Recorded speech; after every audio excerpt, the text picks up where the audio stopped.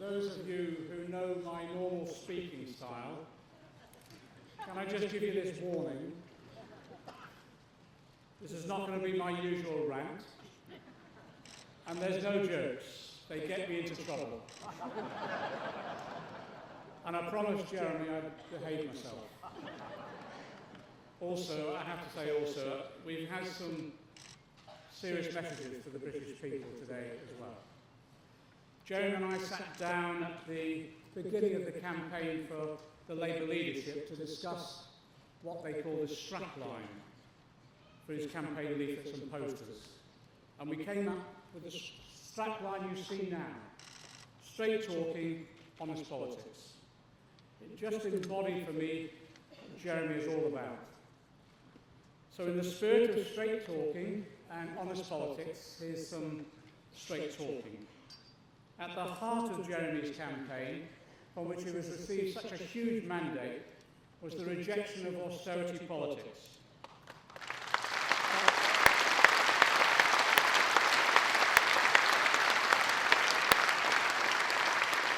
You know, austerity is just a word almost meaningless to many people. What does it actually mean? Well, for Michael O'Sullivan, austerity was more than a word. Michael suffered from severe mental illness. He was certified by his GP as unable to work, but despite the evidence submitted by 3 doctors, he was assessed by the company, given the contract for the work capability assessment, as fit for work. Michael killed himself after his benefits were removed. The coroner concluded that his death was a direct result of the decision in his case. And I don't think Michael's case is alone. I'm grateful to Michael's family for allowing me to mention him today, and I send them, I'm sure on behalf of us all here, our heartfelt sympathy and condolences.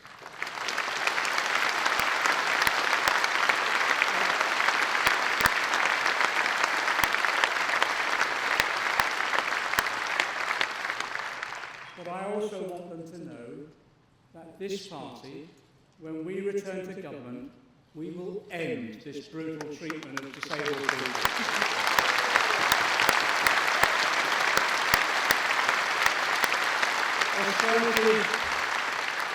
Austerity is also not just a word for the 100,000 children in homeless families who tonight will be going to bed, not in a home of their own, but in a bed and breakfast or temporary accommodation.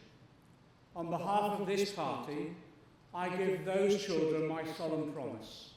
When we return to government, we will build you all a decent and secure home in which to live.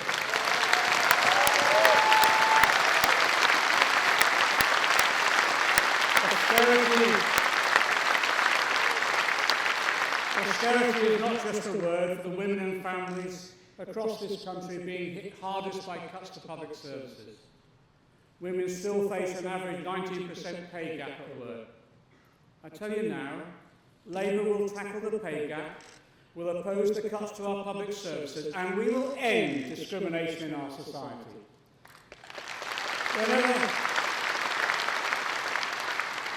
Whenever we cite examples of what austerity really means, the Conservatives always argue that no matter what the social costs, their austerity policies, they are necessary to rescue our economy. Let's be clear. Austerity is not an economic necessity, it's a political choice.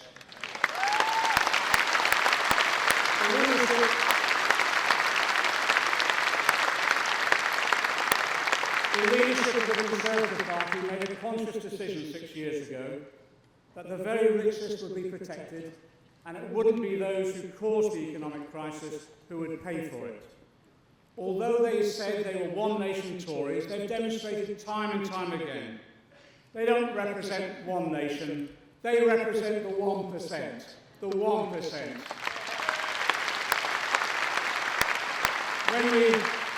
When we challenged their austerity programme, the Conservatives accused us of being deficit deniers. Let me make this absolutely clear. Of course, we accept that there is a deficit, but we'll take no lessons from a Chancellor who promised to wipe out the deficit in one Parliament but didn't get through half. who promised to pay down the debt but has increased it by 50% or more. I tell you straight, from here on in, Labour will always ensure that this country lives within its means. But we will tackle the deficit. But this is the dividing line between Labour and Conservative.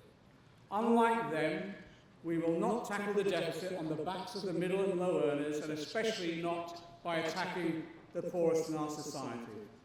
We've always prided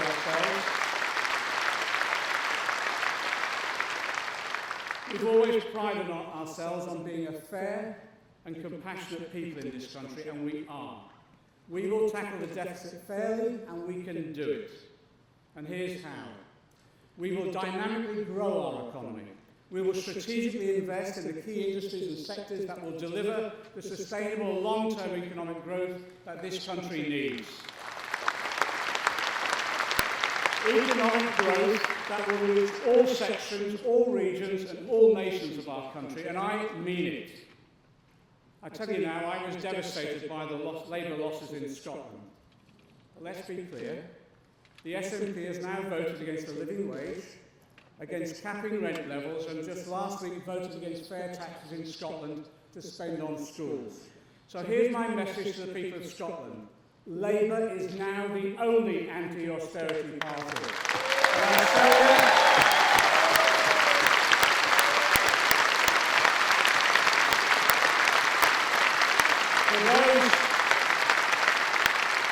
for those in Scotland who want to campaign against austerity, now's the time to come home.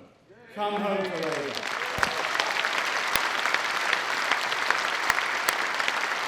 We will halt the Conservative tax cuts to the wealthy, paid for by cuts to families' income. As Margaret has said, 3 weeks ago we sat in Parliament, we saw one of the starkest examples of the difference between us and the Conservatives. The Conservatives cut tax credits to working families to pay for a multi-billion-pound cut in inheritance tax.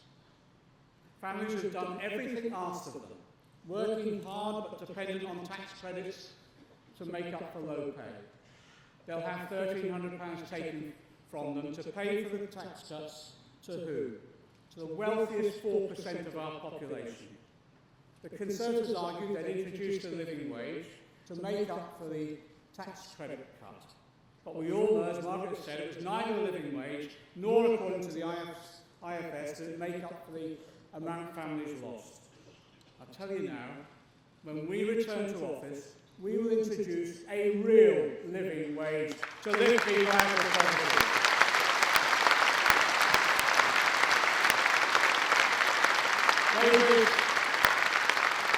Labour's plan to balance the books will be aggressive. We will force people like Starbucks, Vodafone, Amazon and Google and all the others to pay for the share of benefits.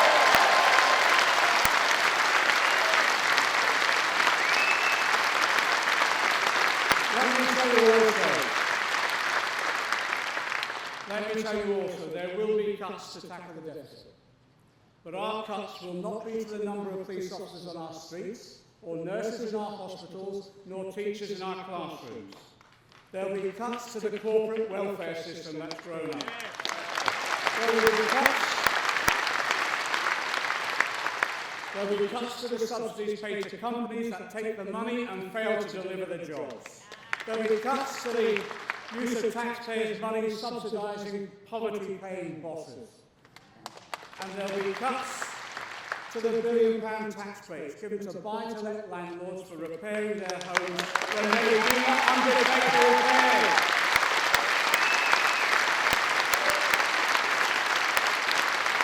And we'll cut the housing benefit bill. Yes, we'll cut the housing benefit bill. And we'll do it by building the homes we need and controlling exorbitant rents.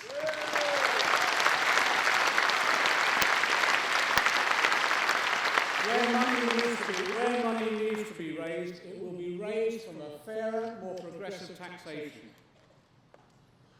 If we inherit a deficit in 2020, fiscal policy will be used to pay down the debt and lower the deficit, but at a speed that does not put in jeopardy sustainable economic growth.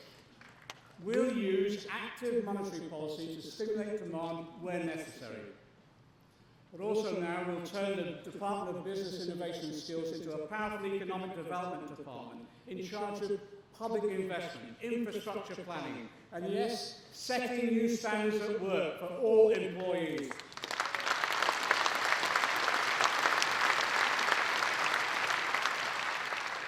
This is a radical departure, not just from neoliberalism, but also from the way past administrations have tried to run our economy.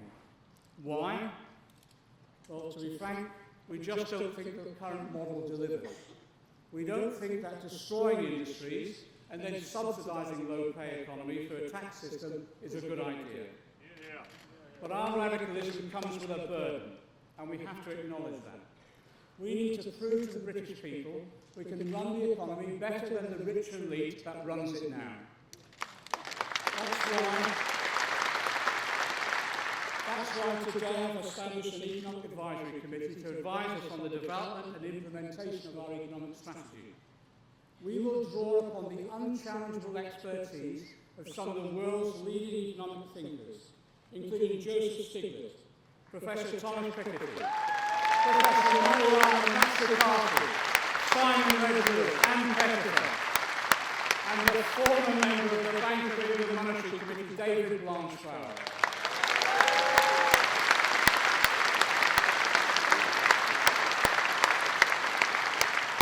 And you know there are many, many others that are being drawn in now for their specialist knowledge as we create our economic policies. And I give you this undertaking. Every policy we propose, every economic instrument we consider for use, will be rigorously tested to its extreme before we introduce it in government. And we'll demand that the Office of Budget Responsibility and the Bank of England put their resources at our disposal to test and test and test again to demonstrate that our plans are workable and affordable. These bodies are paid for by taxpayers and therefore should be accessible to all parties that are represented in Parliament.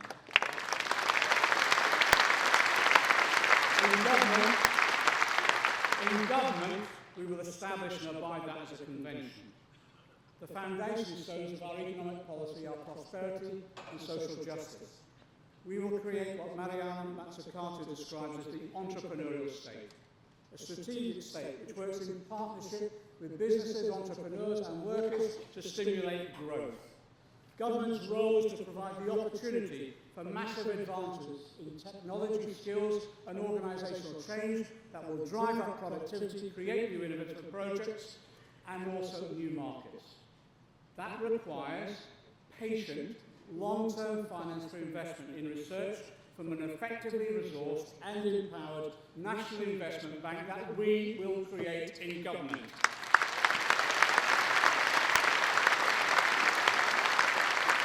A successful and fair economy cannot be created without the full involvement of its workforce.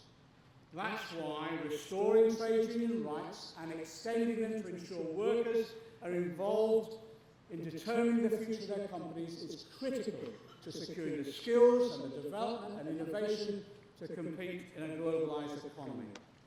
But we'll also promote modern, alternative, public, cooperative, worker control and genuinely mutual forms of ownership across our economy.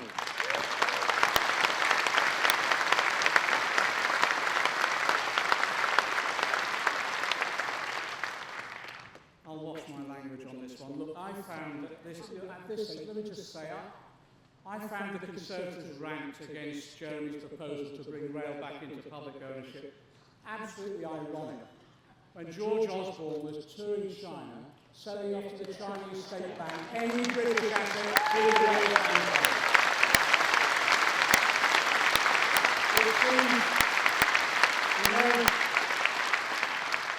It seems the state's nationalising our assets is okay with the Tories as long as the Chinese State Bank, or in the case of the railways, the Dutch or the French. Institutional change will follow and has to reflect our policy change.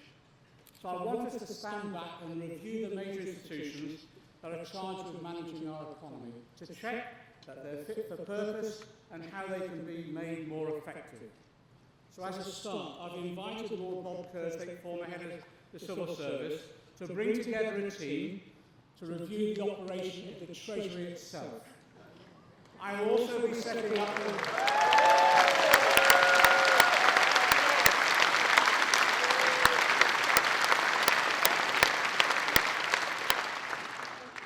I thought that would go down well.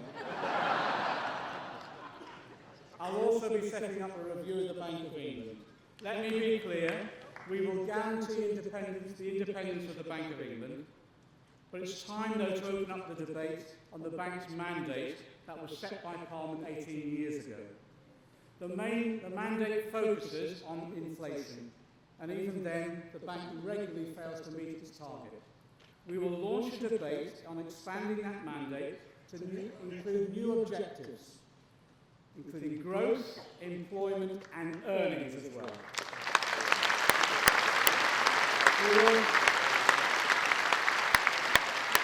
We will review the operation and resourcing of Her Majesty's Revenue and Customs to ensure that HMRC is capable of addressing tax evasion and avoidance and modernising our tax collection system.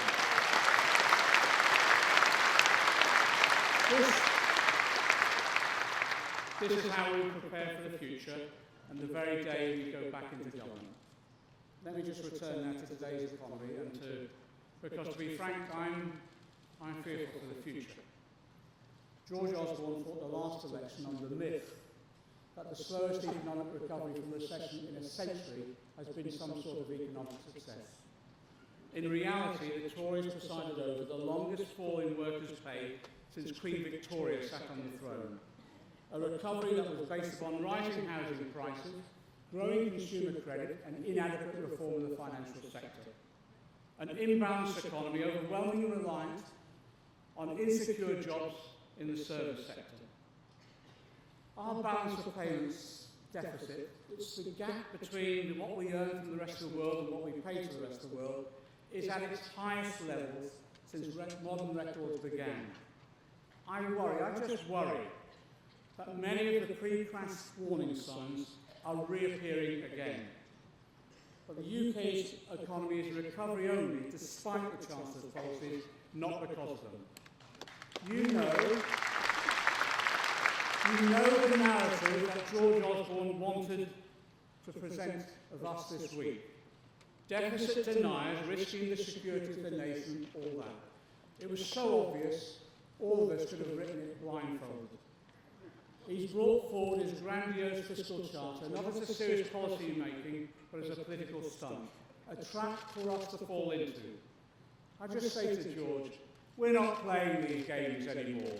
We're more interested in the long-term future of our economy than this political spin that is about.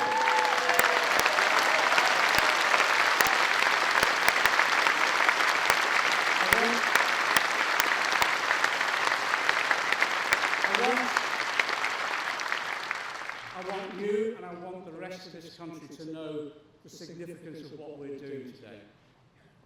We're embarking upon the immense task of changing the economic discourse in this country, step by step.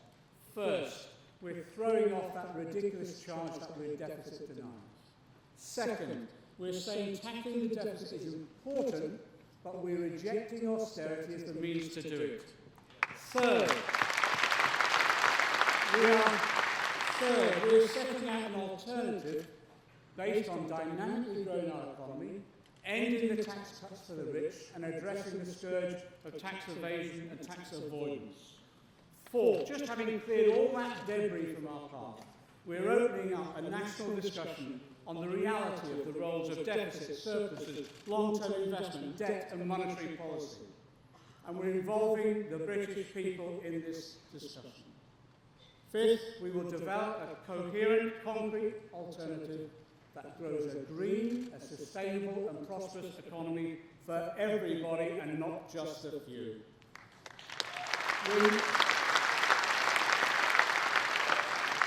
We're moving on the economic debate in this country from puerile knockabout to an adult conversation. I believe the British people are fed up with being patronised and talked down to by politicians with little more than silly slogans and misleading analogies.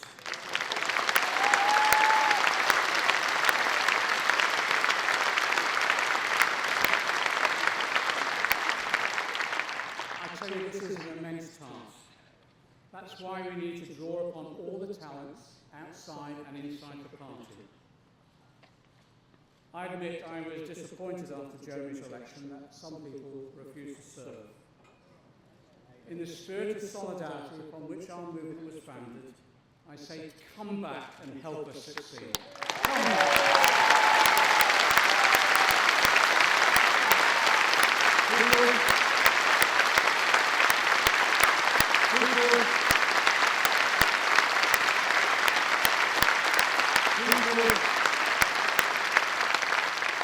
People will be encouraged to express their views in constructive debate. Do not mistake debate for division. Do not mistake democracy for disunity. This is the new politics. Many still don't understand its potential. But as socialists, we will display our competence with compassion. We're idealists, yes, but our idealism is pragmatic idealism, to get things done, and above all else, to transform our society. We remain inspired by the belief and the hope. And yes, in the words of the slogan, another world is possible. This is our opportunity to prove it. Let's seize it. Solidarity.